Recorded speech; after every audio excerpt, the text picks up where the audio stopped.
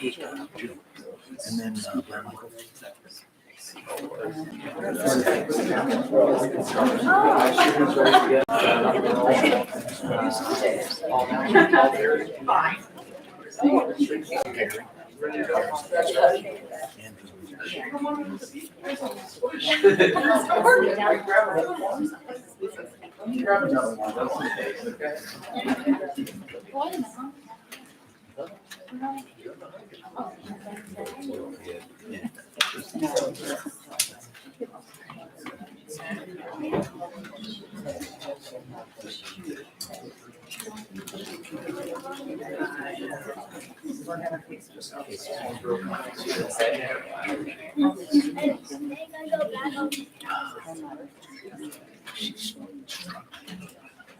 Hey there, everyone. I want to thank you for being here for Barbara and her family today. Your presence is really appreciated here.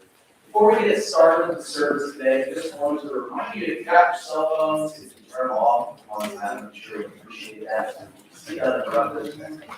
Before we get started, just for your timing, the family's going to have a reception following the graveside service at TJ Shops.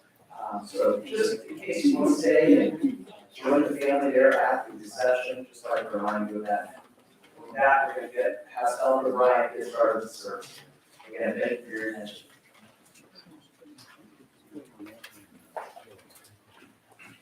Good morning, everyone. As Sam said, thank you so much for being here today. You know, I can always tell a lot about the person and the family we're about to celebrate. I love to come early and look at all the pictures, and I also just like to listen to the vibe and the energy. And to be honest, you guys are a little rowdy for my celebration. So I got to visit with Beth and Gary a little bit.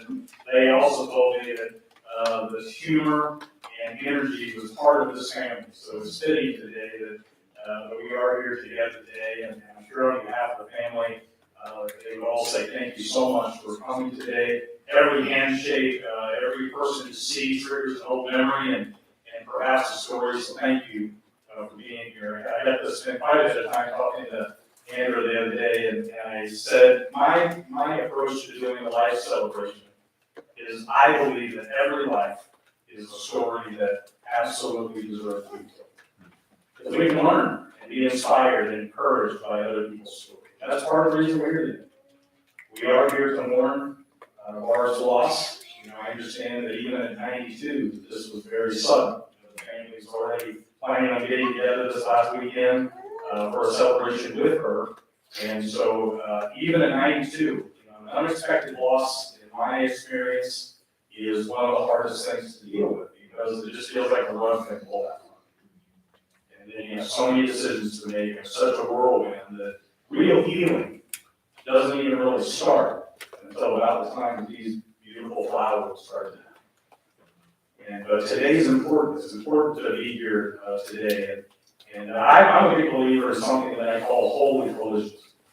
And what I mean by that is, if you think back over the course of your life, there are certain times in our lives that we're able to run into the exact right person at the exact right time of our lives for the exact right reason that we were supposed to run into that person. You might be sitting next to one of your holy collisions right now. And you think back to that first moment you met, you know, who talked to who first, and what did you see in the other person that allowed it to turn into what it is today? And I understand that way before dating apps and all that other stuff, that a 15 and 16-year-old could meet. And that's when she and Andy, her lifelong love, met. I don't know who made the first move, who talked first, but it must have worked, because I was stunned to hear that they were together over 71 years. I mean, 67 or 68 of that married. I can't even hardly wrap my head around it. But if that had not happened, way back when they were 15 and 16-year-old, that whole holy collision didn't happen. The things are so close. Privileged to do a service like this, and please know that it is an honor to be here. I consider this group, sitting in this room right now, we're our own version of a holy collision.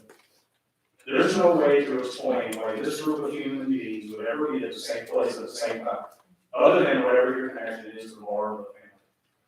And let's be honest, when we all parked our cars a little bit ago, every one of us had things going on in our lives. We the decisions we're making that are stressing us out. Maybe things going on in our life that nobody in this room is even aware. And they're going to be waiting for us when we get back in our car to look at.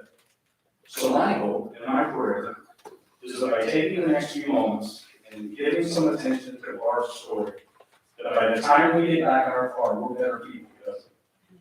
And I think that's absolutely a possibility. So before I go any further, if you would like to join me, if you're comfortable, I'd like to say a quick word of prayer. God, I thank you so much for the energy in this room today, and just what that says about this family and the extended family and friends that have gathered here today to honor Barb and her story and her life. And I thank you for the holy collisions that must have happened along the way for the family to get us to this place today. And it is my prayer that by paying some attention to the 92-year-long story that Barb had, that we'll hear something today that will bring us comfort, that will bring us encouragement, that may even help us apply some of that energy into our own story. So God, thank you for letting us be together today. Thank you for the comfort that we get by being together. In your name we pray. Amen. You know, 92, frankly, is hard for me to even wrap my head around. And I don't think that there will ever be another generation of a 100-year gap that will go through as much macro change as that generation. You know, they're called the greatest generation. I don't think that's an exaggeration at all.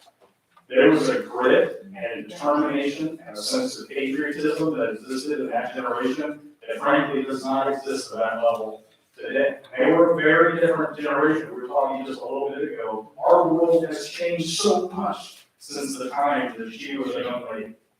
Just the way that we treat each other, you know, politics and technology and all of it is so different today. There's no doubt that over the course of her lifetime, she went through several different versions of who she was.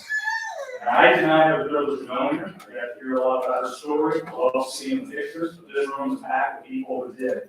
So for the next few moments, I'm going to get out of the way. I don't know that four of the people who do their best come up and share their relationship with her. We're going to start with Nick, and then Tim, and then Zach, and then Amber's going to finish things up. So I'm going to get out of the way and just let you guys come up. Okay?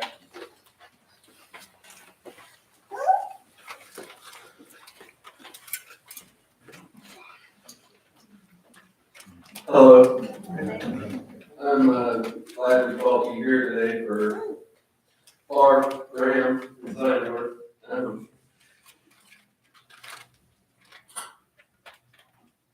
She was a very special person.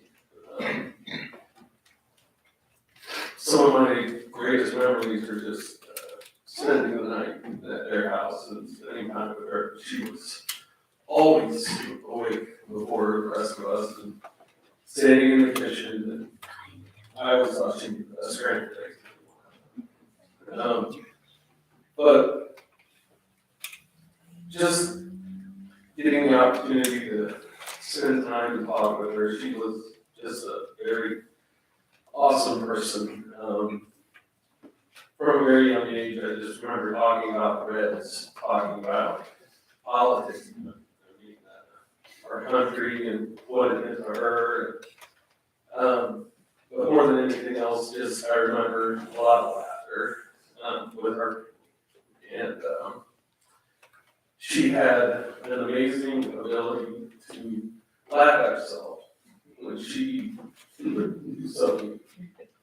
And I think, you know, that's a rare quality in people to really laugh that hard at their own goofs and mistakes.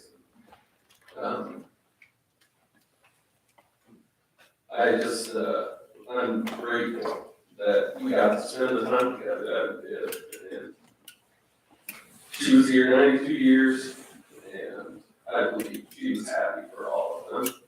And I believe, you know, her family and the people she loved the most is really why she was so happy.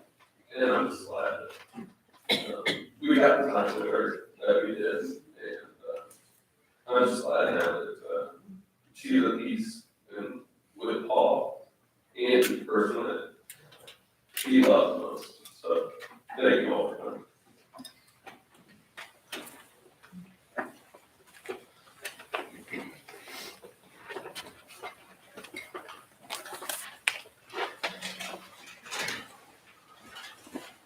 Yeah, thank you so much for, Yeah. I really appreciate it. Yeah, and because it is pretty much impossible to try to summarize someone's life, the best that I can offer is my personal experiences with Barb. And so I won't, in fact, share much about Barb, but I'll share a lot about Graham. I recall when I was a kid, I really, much like Nick, have some very golden memories of spending weekends sleeping over at Grandpa's. Pop would be doing a crossword, Graham would be knitting. I would be wrapping myself in one of Mrs. McCarty's quilts, prized quilts that existed in Grandpa's house. And I would be generally begging them to change the channel from golf to cartoons. And this was rarely, but sometimes granted. I also remember when I was about 5 asking Grandma if I could have a sip of her coffee, and she let me. And to my 5-year-old palate, I never drank coffee again until my 30s.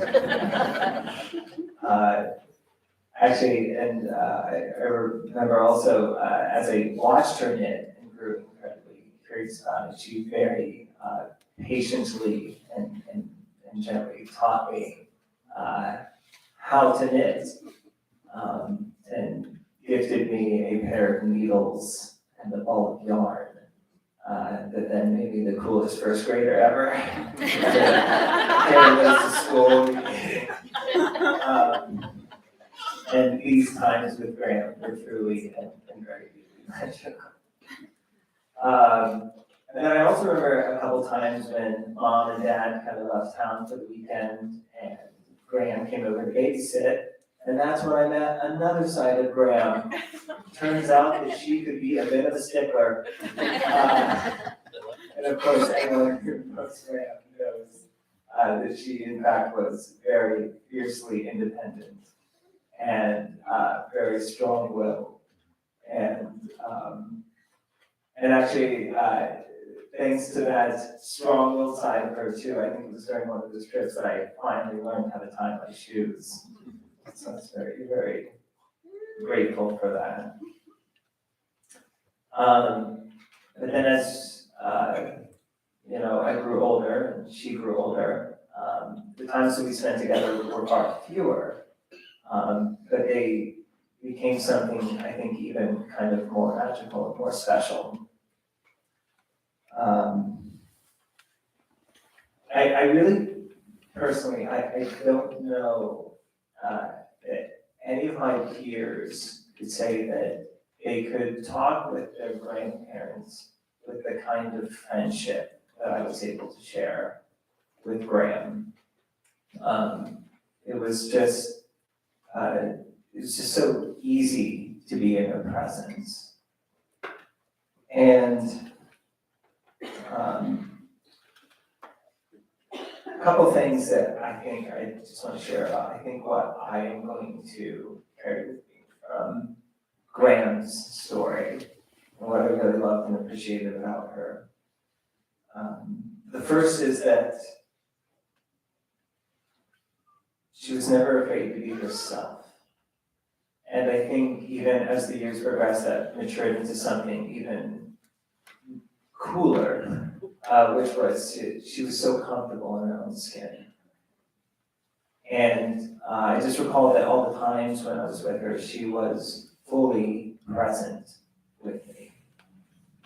And even when I would ask her, what were you just up to? She would say, something to the effect of, I was just enjoying my own company. And I think to be able to say that is actually a pretty incredible testament to just the kind of strength of character and just the beauty of her spirit. And I really appreciated that about her. And the second thing that I really appreciate about her is that she truly loved and accepted people for who they were. And I think this was also something that grew with the years, that every time I went to visit with her, I just felt just entirely just beloved just to be there with her. And even as, we would talk about anything, because we were able to just kind of talk about anything. She just had a sort of acceptance of all things. It was so admirable, and I really loved that. And in fact, I think both of those things are kind of built to the last thing that I really want to take with me, is that she never stopped growing as a person. That every time into our last visit, you could see her growing in her willingness to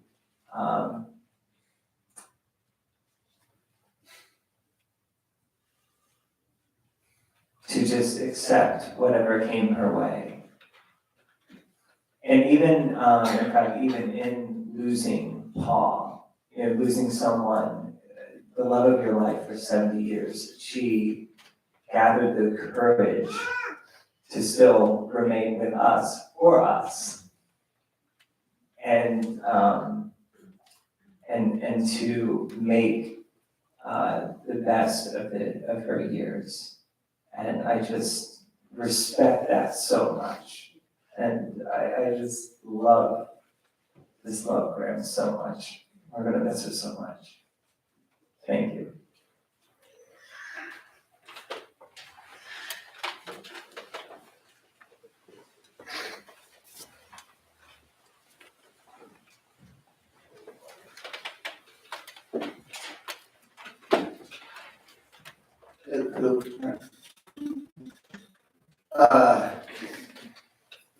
Growing up, like, Graham was always so proud of the family and always looking at us. I could just say whatever, the same countless examples of that.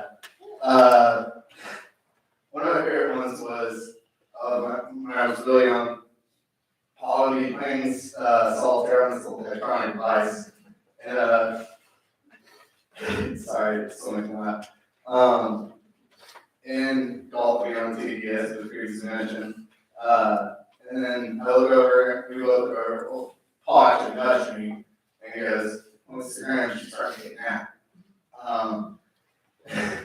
And he would just whisper, "Bart." And then she would try so hard, and then you'd hear her giggling and laughing like crazy. And then she would go back to jump against her, and he'd go, she started laughing again, and eventually we lead everyone, "Andy, cut out, I'm trying to nap." With this big smile on her face.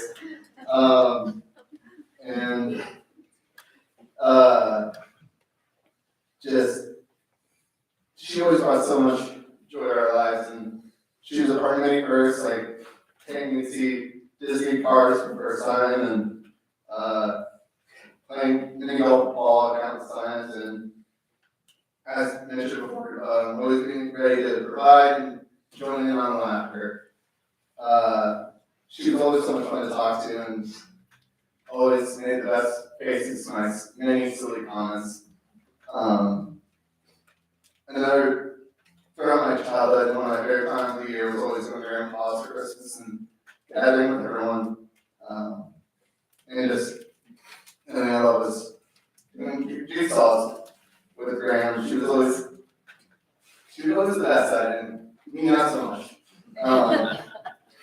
But that was just early youth and teenage years. I remember going to visit her and Paul at the lodge, and when I was in college, and we would visit and talk, and those are the days I got actually somewhat better at jigsaws. But I know that memory on that day I truly loved and saw the passion of jigsaws, and I too will carry that on.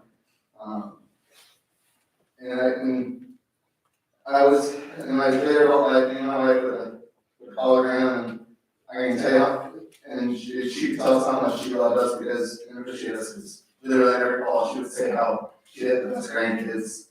She would say it just as much as, I love you. Whoa.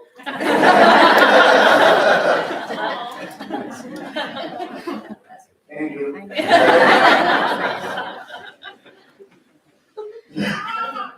Sorry. Probably the most prolific memory in recent years is when me and my wife surprised Grandma with a picture of our first ultrasound to announce our pregnancy. We started recording after her reaction. When we started reading it, when she started reading it, she started to say this: keep away from children. They cling to nose and mouth. This bag is not a toy. And she turned and smiled at us, trying to make a joke, reading the bubble wrap warning. We laughed, and there was a pause of the video, and of course we told her to read the frame. She looked at us with tears in her eyes and said, "Really?" With a big smile on her face.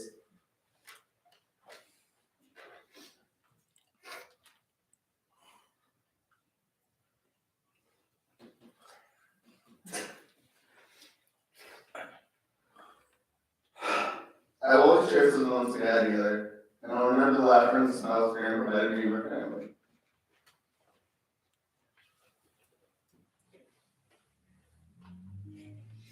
Especially the recent photo of her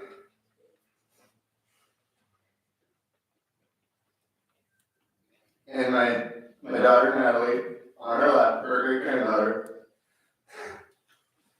looking away from the camera in the same exact direction, up over here.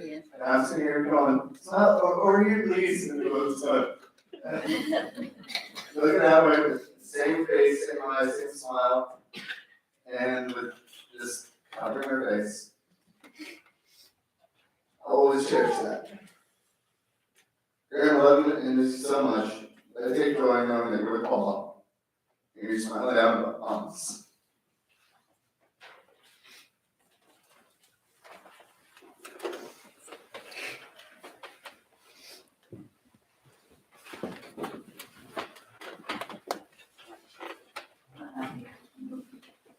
Thank you, Grace, you did a great job. My brother's panicking because I had more than one page, so. I'll be patient with me. It is fun to take someone's life and just bring it all together into a few words. So I know that I've missed a lot, and and you all have your own perceptions and experiences and feelings from art, so just think about those as I'm talking. So I'm Andrew, of course, the youngest of our Louise kids, so on behalf of my sister Bev and Kathy, who couldn't be here today because of her health, and Gary and myself, I too sincerely thank you for coming. I thank you for being here to support us, to mourn, to remember, and to celebrate our mother. Only a few short weeks ago, we did the same for my Uncle Bill, our brother and unofficial twin. So I feel like we're back together too soon. Both Gladys and Barb had lured me into a false sense of security that I had 2 more years left. She's gonna make it to 94. But here we are. So it's comforting to imagine those joyful reunions that took place. And I told Bill's daughters today that I'm sure he made a comment like, "What took you so long?"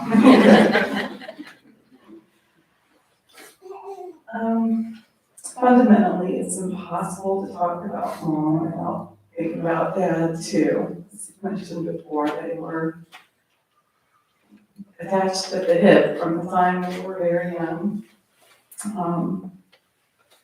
They were together 71 years, and I was very concerned about mom after dad passed away. You know, you hear stories about those long marriages and how sometimes one will pass and the other will go quickly. And Mom did have a little health scare right after Dad passed away, but I was I'm very proud of her. I feel like she came strong, and being sick was never an option for her or for us. You just had to talk yourself out of it.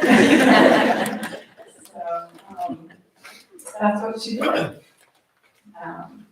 I'm sure she thought of my dad constantly, but she didn't dwell on her loss. Once in a while, when she was at the lodge, she would just look at me and say, "He was such a good guy. I just don't understand why he died and left me here." As if he had a choice, you know? So they had their little routines, and after he passed, I went in and I said, "Mom, do you have any coffee?" And she looked at me like I had 3 heads, and she said, "Of course I don't have coffee, that's Dad's job." So I'm not sure she had drank coffee in the morning after my dad passed away, I really don't know.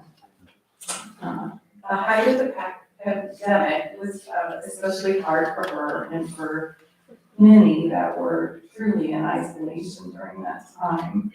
At some point she would say, "I don't understand this COVID thing and I'm just tired of hearing about it." I think we all sort of felt that sentiment one way or another. But I would worry because she was alone and I couldn't visit. And she would say, "It's okay. I like my own company." So an endless supply of jigsaw puzzles at the lodge helped as well. She could just go down the hall and get another one. So that got her through those long days. During their long time in Fairborn, church was a very big part of Mom's life. I would say probably the majority of her social life revolved around church and her friendships there. Jill reminded me of this. For many years, she was in the Women's Guild in the Mary Circle, right? And sang in the choir. And after my dad retired, they worked at the Sunset Cafe on Tuesday nights, giving meals to low-income families in Fairborn. She always made sure we attended the Mother Daughter banquet, whether we went to or not.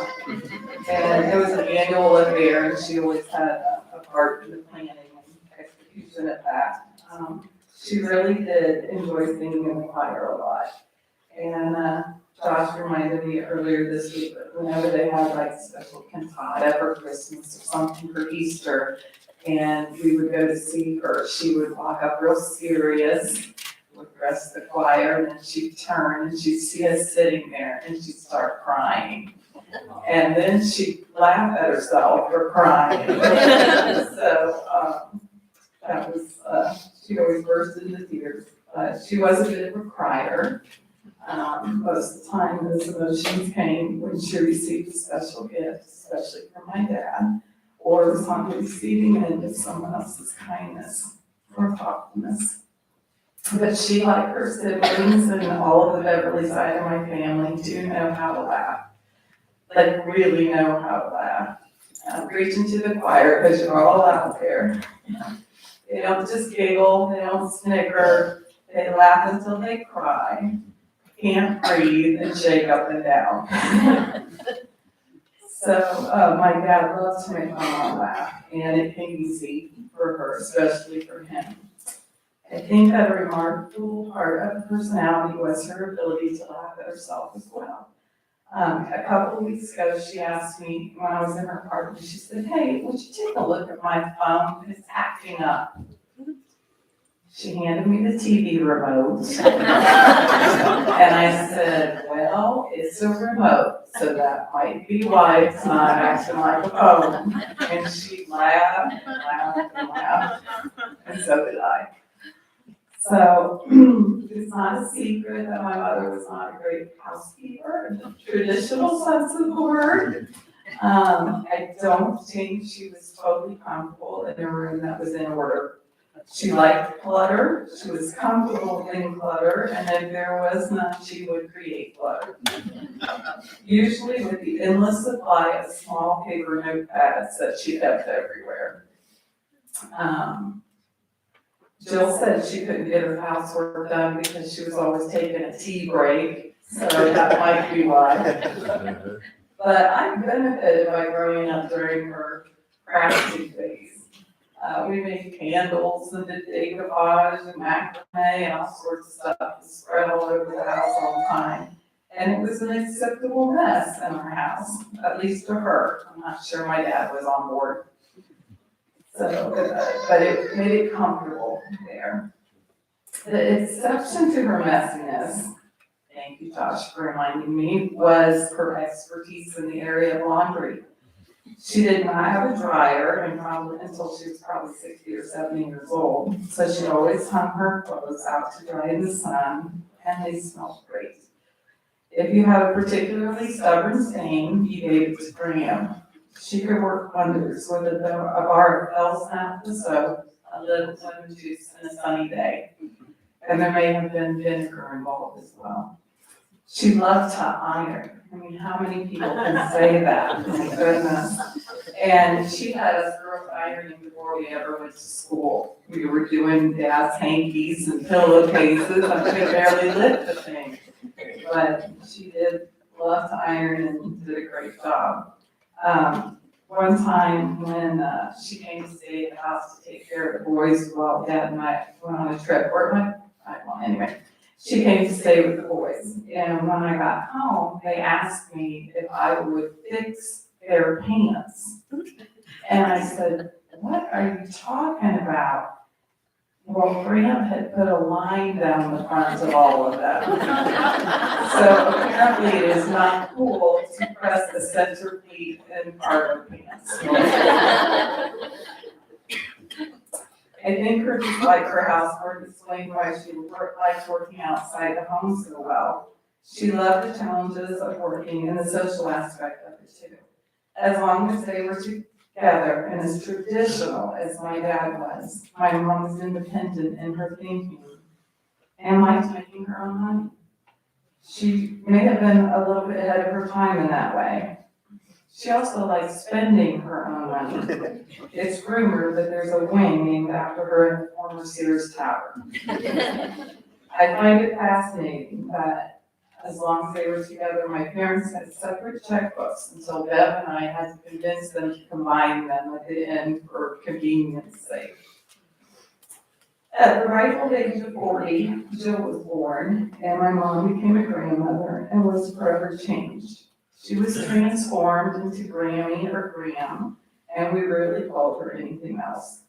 She was extremely proud of her grandchildren, and not just proud of them if they had abilities or talents or accomplishments. She was proud to know them and to be their grandmother. To my sons, to my nieces, to my nephews, I want you to know, if you didn't already, that you could do no wrong in her eyes. She truly loved each of you with unconditional and accepting love. And I know this for sure because the last week of her life, when Nick was tucking her into the car and buckling her car seat, she said, "He's such a nice guy. I have nice grandchildren. All of my grandchildren are wonderful people."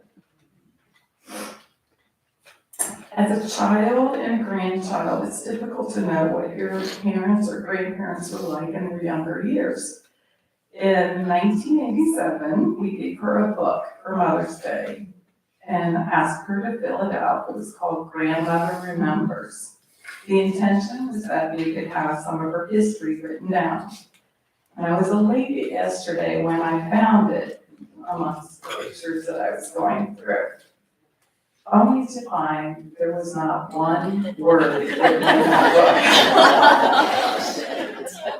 book. But in her defense, she did at some point make notes on her Thompson notepad.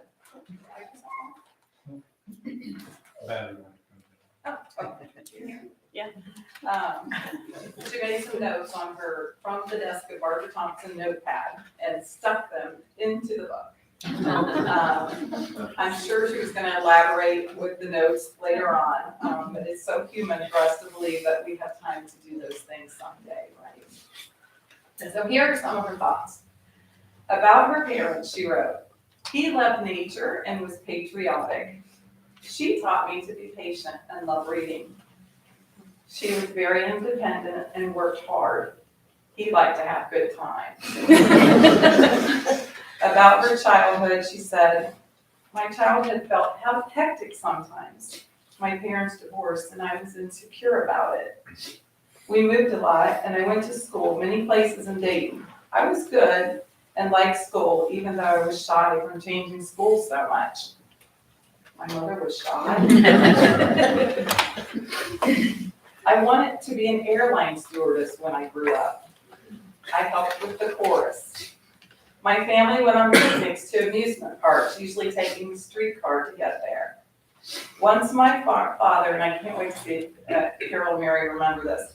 "Once my father borrowed a car for a special birthday picnic, and we all had to eat inside of it because it poured rain.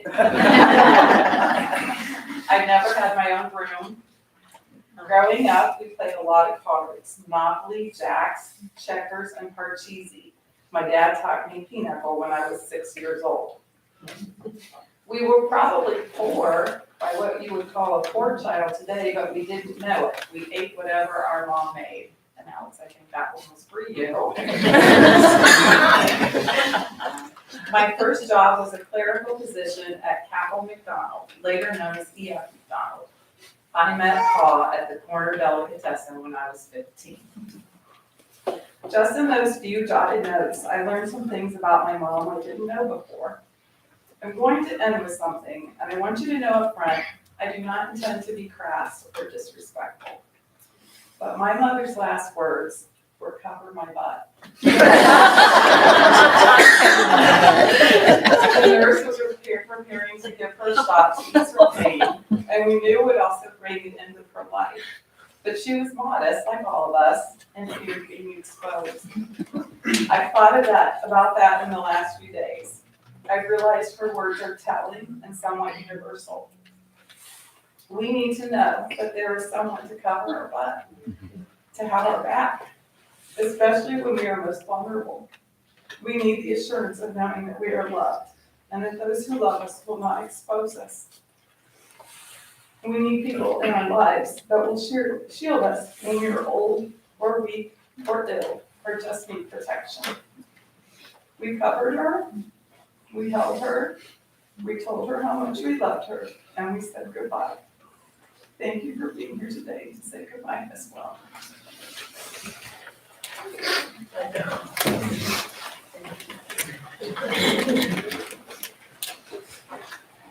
You'd all agree that all four, you just did a phenomenal job of paying tribute to Barb, so thank you so much. I'm a little hesitant to go on, because clearly Barb has figured out the audio-visual. Got to mess around a little bit, but it was so cool. I don't know if you know, right when she said, "I love you," is when that light popped on. That's pretty cool, but thank you all so much for sharing. You know, a lot of people before a funeral will say, I don't know if I want to talk because I'm afraid I'll get emotional. My response to that is good. Because it just shows how much you meant. And I get to do this a lot, and there's so many families that I work with where the grandparents did not really have the ability to have a relationship with the grandkids. And so you guys are an American dream, just by being able to see a marriage that lasted that long, to be involved in your grandparents' life. You know, to me, there's a big difference between being a human being and a human doing. And in our culture, we put a lot of emphasis on what it means to be a human doing. If you and I were to meet over coffee for the first time, we'd probably ask each other in the first minute, "What do you do?" Or "What did you do?" Because we attach a lot of our identity to whatever we perform. And as Andrew told us, it was important as part of Barb's life that she was able to get outside the house and have that human doing part of herself, really in an era where women didn't necessarily do that very commonly. But I love hearing about her career at Sears, and for you younger people, you might have to Google what Sears is. But Sears catalog, that was the Amazon of the day, right?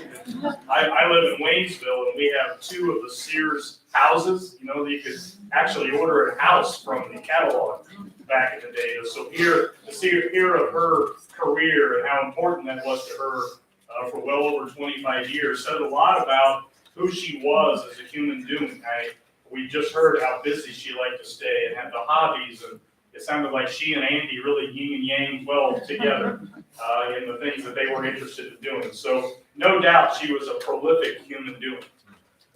But I also wanted to get a peek at what kind of a human being she was. And I had asked if you could think of a few words that would describe your mom. Not only the way you knew her, but the way other people knew her. What are some words or phrases that would immediately pop in your mind? And the first thing that I heard was, she was a tough old bird. She was mentally tough, no matter what life threw at her. You know, it's interesting. Today, if you were to watch the news, you might get an impression that no era has ever had it as hard as we have it right now. And I pretty much think that Barb and Andy would probably smile at that. Because they knew what it was like to go through hard times. And I asked, you know, as you watched your mom go through the ups and downs of life, because I really think that's how we learn the most about a person. Not so much how they were during the good times, but how they handled the difficult times. And we got to hear that. She was a person that didn't worry. I understand Andy did the share of worrying, and she was more of the calming person, but she just kept going because her independence and her ability to learn that it will work out. We will find a way for this to work out. And for me to hear that as a complete stranger, that was just inspiring, because we can get so caught up in what's going to happen today or next week, and to be able to hear from a person who did it well for over 9 decades. Frankly, that's just inspiring to me. I think it was Tim that said she kept evolving. She kept changing. You know, I believe that on this side of heaven, we only have one job. I believe our job on this side of heaven is to try to live as the best version of ourselves. I think it's just that simple. Because if we do that, everyone around us wins. And there's no doubt over the course of 92 years, the best version of herself changed during times. You know, when I was talking to Bev and Gary, I'm also the oldest of 3, and Andrew was great enough to realize that as the youngest, she got a different version of Barb than maybe her siblings did. And you know, as an oldest, my youngest brother is 10 years younger. I watched my parents parent my youngest brother, and I'm like, who are you people? What happened? You know, because you change over the course of time. And sometimes my dad will still apologize, and I'm like, you know what? I got the best version of you at the time. You know, because for her to have a job outside the home, I understand Andy worked at nights, and so during the day she was trying to keep the other 3 from waking him up and trying to manage all that. I just get to hear the fabric of a lady who just did it as great as she could for the time that she had on this planet. And is there anything better that we can do with our life? You know, I believe we're born one time, but we die 2 times. The first time we die is a physical death, and that has now happened at 92 years old. But let's be honest, it's going to happen to every one of us in this room. We don't know when, where, or how, but it's going to happen. But the second time we die is much more tragic. Because the second time we die is the last time anybody ever says our name out loud. It's the last time anybody ever tells one of our stories, looks at our pictures. And it is up to this group, this holy collision, to make sure that she never dies that second time. I know from hearing her story that she believed that this life was only chapter 1. And she's getting to live a chapter 2 right now that the rest of us can only dream about. Nobody knows what it really is or what it looks like, but I believe with everything that I am that there is a chapter 2, and she's gotten to be reunited with the people she's had to say goodbye to, including the love of her life, who's your dad. And that gives us hope, because if you share that belief, then on a day like today, you don't have to say goodbye. You can simply say, Mom, Grandma, we'll see you later. And mean it. I'd like to close our time with a reading that I hope brings honor to your mom, the way she lived her life. It's one of the most powerful things I've ever come across. It's part of a speech that Anna Quinlan gave one afternoon to a group of graduates. And I hope it captures the spirit and the tenacity that Barb lived her life with. To those graduates, she said, you walk out of here today with the one thing that no one else has. There will be hundreds of people out there with your same degree. There will be thousands of people that do what you do for a living. But you will be the only person alive who has sole custody of your life, your particular life, your entire life. Not just your life at a desk or on a bus or in a car or at the computer. Not just the life of your mind, but the life of your heart. Not just your bank account, but your soul. People these days don't talk about the soul very much anymore because it's much easier to write a resume than it is to craft a spirit.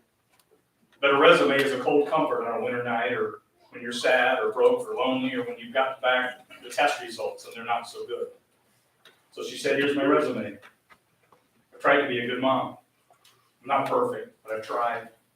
I tried to never let my profession stand in the way of being a good mom. I no longer consider myself the center of the universe. I show up, I listen, and I try to laugh.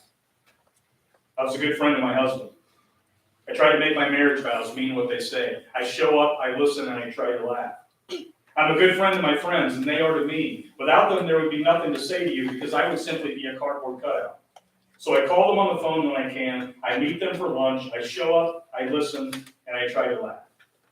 I would be rotten or at best mediocre at my work if those other things were not true, because you cannot really be first rate at your work if your work is all you are. So here's what I wanted to tell you today. Maybe somehow, if Barb could be standing where I'm standing right now, with everything now that she knows, she might tell us the same advice. Get a life. Get a real life. Not just a manic pursuit of the next promotion or a bigger paycheck or a larger house. You think you care so very much about those things if you blew an aneurysm one afternoon or found a lump in your breast? Get a life in which you're not alone. Find people that you can love and people that will love you back. And remember, love is not leisure, it is really hard work. So pick up the phone, send an email, write a letter, kiss your mom, hug your dad. Get a life in which you were generous and realize that life is the best thing ever and we have no business taking it for granted. She said, I learned this many years ago because something really bad happened to me. Something that if I had had my choice would have never happened at all, but it has taught me the biggest lesson of my life. I learned to love the journey and not the destination. And I learned that this life is not a dress rehearsal, and today is really the only guarantee that we get. So I try to do that by giving everybody this advice. Consider the lilies of the field.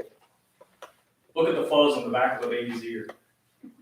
Read a book in the backyard with the sun shining in your face. And learn to be happy. And think of life as a terminal illness, because if you do, you will live it with joy and passion as it ought to be lived.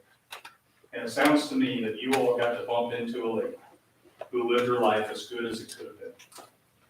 And you're blessed for it. So thank you for allowing Sam and I to be part of your family circle today. I'd like to close my time with prayer, and I'll turn it back over to Sam. Okay? God, I thank you so much for Barb, for her story, for the exact way that you made her with her personality and her drive. And I thank you most of all for the impact that she's had on this family, who now will pick up her values, her sense of humor, the way that she did life, and continue that for the generations to come.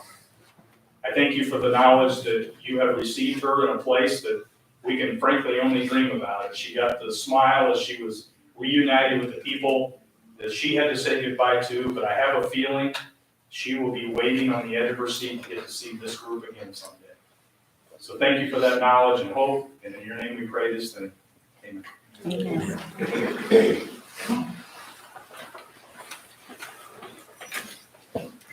Thank you, Brian. This does conclude the service here at the funeral home. We're going to be going to the cemetery in just a moment, so please remember to turn your bright headlights and emergency flashers so you can arrive there safely. We got a little bit of a drive ahead of us, so if you need to use the restroom or get a drink or anything like that, I recommend you do that. That being said, I'd like to meet the pallbearers in the back of the room after we dismiss here today, just so I can give you a little bit more instruction. Again, thank you all for being here today. We'll see you at the cemetery.